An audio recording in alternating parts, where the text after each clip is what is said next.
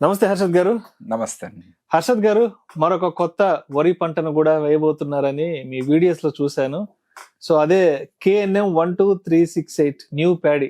So దాని విశేషాల గురించి మన ప్రేక్షకులు చెప్పాలి. తప్పకుండా ఎప్పుడైనా సరే నూతన వరి రకాలు వేసేటప్పుడు 1 ఎకరం గానీ 2 ఎకరాలు మించి వేయకూడదు. ఎవరైనా సరే నూతన వరి రకాలు సాగు చేసే వాళ్ళు ఎవరైనా సరే 2 ఎకరాలు ట్రైల్ చూసి మన వాతావరణానికి మన అనుకూలిస్తుందా లేదా అని కంపల్సరీగా తెలుసుకొని తర్వాత ఒక పంట వేసిన తర్వాత ఒక అనుభవం, దాని గురించి ఒక అవగాహన వస్తుంది. ఎందుకంటే 1 రోజు కాదు 2 రోజులు కాదు, దాదాపు 4 నెలలు 5 నెలలు మనం దాని మీద సమయం వెచ్చిస్తున్నాం. సమయం, మనీ మొత్తం మన ఎవ్రీథింగ్ దాని మీద పెడుతున్నాం. కాబట్టి 2 ఎకరాల మించి వేయకూడదు.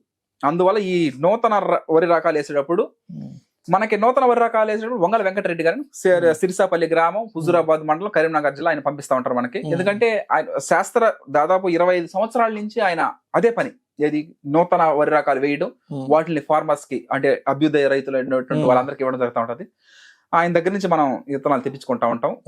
కొత్త వరి రకాలు ఎవరో ఏదో చెప్పారని కాకుండా మనకు అనుభవపూర్వకంగా రావాలని ఆయన కూడా కలిశాను నేను. ఎందుకంటే నూతన వరి రకం వేస్తున్నాం, 1 రోజు 2 రోజులు అయితే ఏమి ఇబ్బంది లేదు.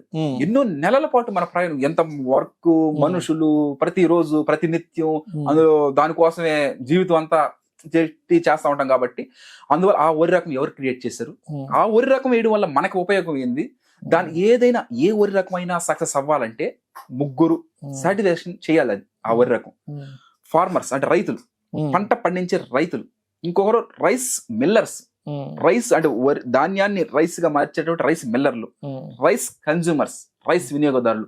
వీళ్ళు 3 గాని ఓకే బాగుంది అంటే అది 10 కాలాల పాటు చల్లగా ఉంటది అంటే ఉంటది అంటే సాగులో.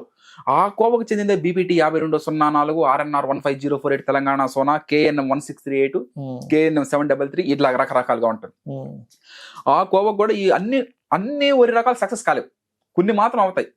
వాటిల్లో అంటే ప్రతిదీ అవ్వాలనుకుంటా మనం ఎన్నో శాస్త్రవేత్తలకి 6 సంవత్సరాల పైన పడుతుంది ఒక వరి రకం క్రియేట్ చేయాలంటే. 6 సంవత్సరాలు నిర్విరామ కృషితో ఒక వరి రకం క్రియేట్ అవుతుంది.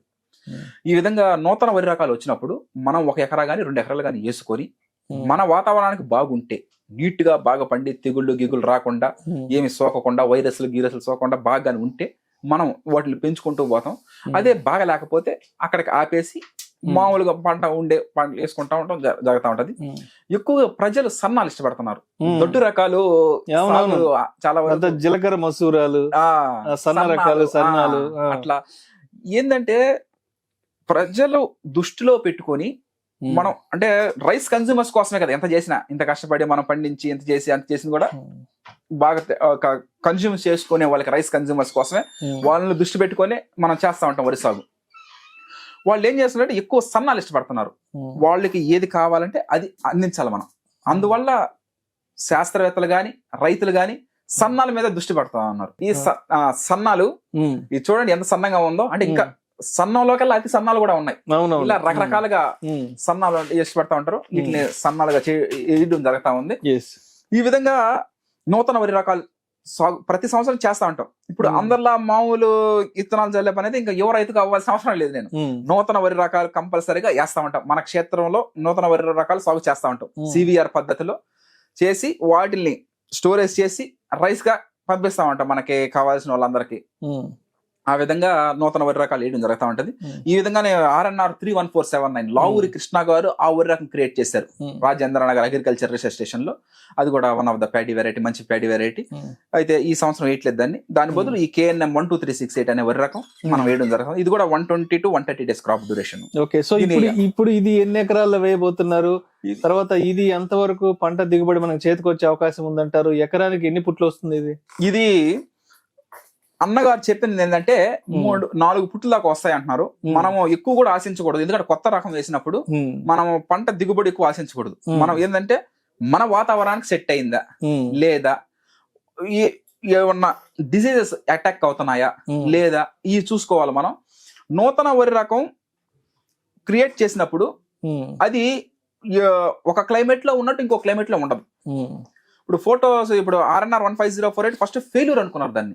ఎందుకంటే తెలియక తర్వాత బాగా ఆలోచించి దృష్టిలో పెట్టుకొని దీన్ని ఎప్పుడు వేసుకోవాలా, ఇది photo sensitive thermo sensitive paddy variety. అది అన్ని రకాల photo sensitive thermo sensitive paddy variety కాదు, అది అయింది. అది కాకపోతే దాంట్లో క్యారెక్టరిస్టిక్స్ బేస్ చేసుకొని ఏ టైంలో వేస్తే బాగుంటదని శాస్త్రవేత్తలు చూసినప్పుడు నవంబర్ నెల కరెక్ట్ గా అనుకూలమైన వాతావరణం.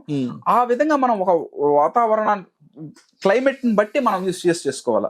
ఇప్పుడు నేను మొన్న మే నెలలో వేసాం, మే నెలలో KNM 163 వేసాం.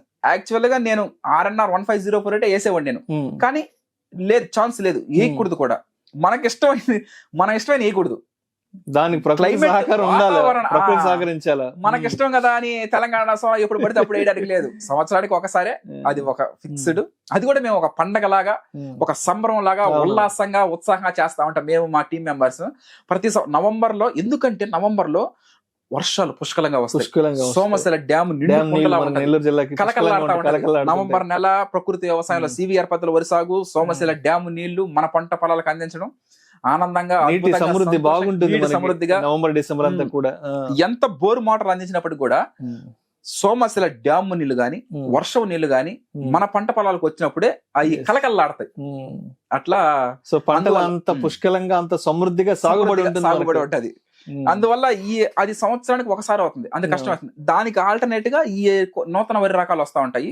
వీటిని వేయడం ద్వారా మనం వాటి యొక్క డ్రాబ్యాక్స్ ఏంది, బెనిఫిట్స్ ఏంది, అవన్నీ మనం తెలుసుకోగలుగుతాం. తద్వారా రైతులకి, అంటే తోటి రైతులకి, ఇప్పుడు మనం 1 ఎకరా 2 ఎకరాలు వేయడం వల్ల మనకి నష్టం అయితే ఉండదు.